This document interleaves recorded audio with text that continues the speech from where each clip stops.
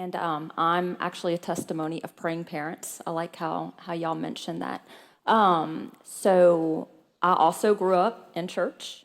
And even though I grew up in church, I never had an actual relationship with the Lord.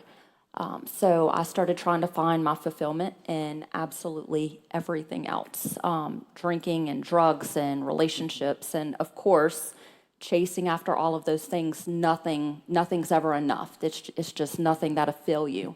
So, you know, further down the road, I ended up having to go into a rehab after the drug use got too bad. I lost my children. So I ended up in a rehab, which was wonderful because that was the first time in my life for a long time I had been sober.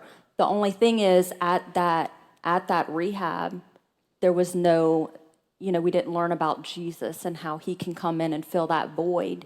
So after I left from that place, I ended up coming to Mary Song. My Which mom is had, huge. yes, Right. she found out about Mary Song from, she had been praying for years. Wow. And she found out about Mary Song, so I left that place and came straight over here, and this is where I met the Lord. And this is where everything changed because I didn't have to worry about going back out there, trying to make it on my own or just, take it day by day. Instead, I met the Lord, and he came in and he filled that void, so I don't have to chase and try and fill that void with everything else. I love that. And you've been able, get restoration with your children. Yes, I sure have. And, Got custody of my children back. I actually was able to give my testimony in a courtroom before I got Mary L back. So, yeah, it's huge. So, April, how long were you, you were on drugs a long time, right?